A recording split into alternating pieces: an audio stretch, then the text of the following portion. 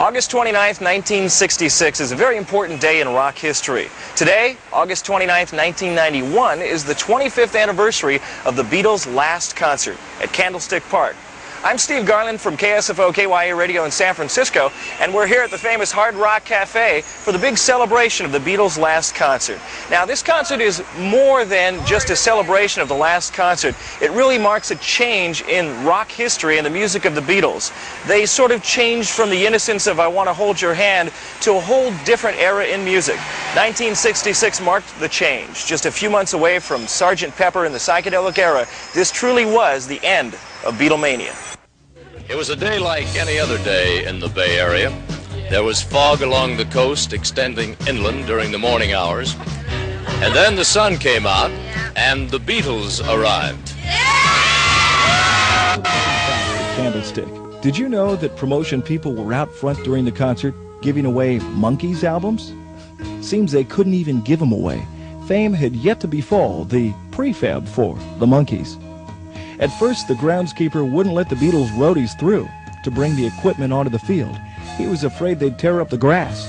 But finally, an agreement was reached, and the equipment, including the standard Vox Super Beatle amps and Ringo's drums, were manually carted to the stage from the sidelines. I was the MC. I was at second base, talking to myself. My voice was echoing back. You ever played a ballpark? You talk to a ballpark and you hear your voice echo back, and it's kind of like tape delay. And I think I said at the time, I thought the people in Alameda were probably appreciating what I was saying more than the people. I don't think they really cared. Well, Candlestick Park in August, as any Giant fan knows, Candlestick Park in August at night, it was cold, it was foggy, it was windy. And the funniest thing about that, one of the warm-up acts on a cold night was Bobby Hebb, whose only claim to fame was a hit called Sunny. And I remember Bobby Hebb standing on this stage at Candlestick Park with the fog and the wind blowing, and Bobby Hebb was singing Sunny, which was the wrong song to sing at Candlestick anyway, which was a room meant for a rock act. But poor Bobby, bless his heart, sang his heart out. The crowd rose to its feet as the armored car entered. Little did they know this wasn't for the Beatles' entrance, but for their exit. It's really tough to work a ballpark as an MC, particularly when your job primarily is to waste time until the Beatles could get out, and the Beatles were taking their time about getting out, and we had 5 warm-up acts. So that was my job, to try to entertain a crowd that was saying, Beatles, Beatles, Beatles, and it got louder and louder as time went on. Do you think you're going to be able to see the Beatles when they do come out? Yes, I've got binoculars. I love them. You couldn't see them without binoculars. No. How much did it cost you to get in here tonight? $6.50. You think it's worth it, huh? No, I'd pay $1 million. Why? Oh, because I think they're great. They're the greatest thing on earth, I think. Fair. Fair? What do you mean by fair? Well, it's nothing to brag about. They almost have to have them to see. Have you looked out there at second base? That's why I'm here. Do they work? $28 worth of children's tickets. You better make them see the thing, you know. Well, good luck. Well, I was lucky enough to have been there because I was a college kid and finagled a press pass by way of this Oakland newspaper called the Times. Really a shopper. But I guess the production was loose enough that even a kid like me got in. And so I was in the press box. I didn't go backstage and hang out or any of that stuff. And in fact, being in the press box, although you had a seat and you were away from the noise, meant that you were away from the immediacy, the sensation of the concert itself. I don't know that anybody who was seated among the 25,000 really heard the concert, heard the music, because there was such a roar of screaming mania. Even though the Beatles were well past the point of Beatlemania, for their fans, they weren't.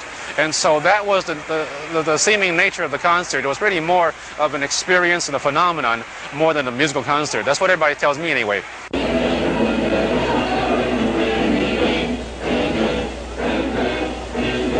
And after we had done all of the opening acts, the promoter came up behind me and said, could you stall a little longer because the Beatles aren't ready? And I said, the Beatles are ready now because I've said everything I have to say.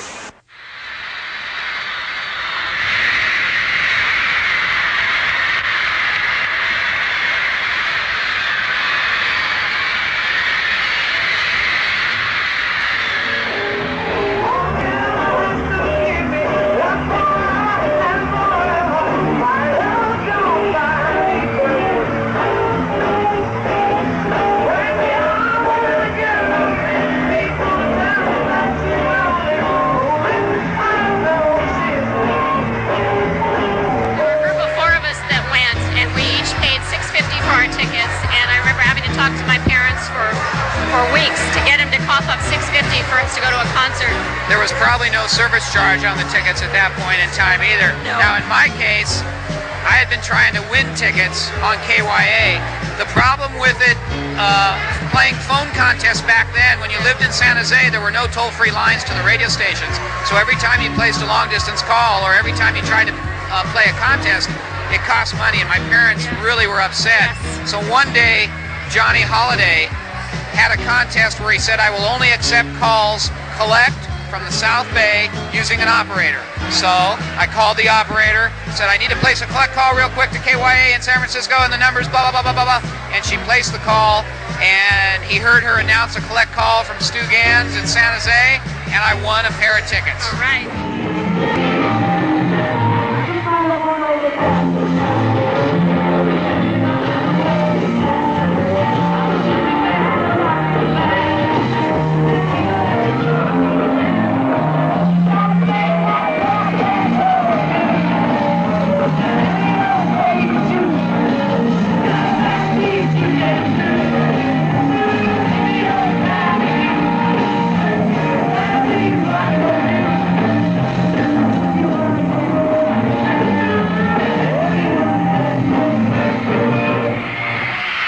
And there you have it, the Beatles' last Hard Day's Night, August 29th, 1966. When they left the stage at Candlestick Park, they left a part of themselves and our rock history behind. After watching some of the archival footage and the interviews about this event, we really hope that you've gotten a feel for what it was like to be in the stands all those years ago at Candlestick Park. Thanks for watching. I'm Steve Garland.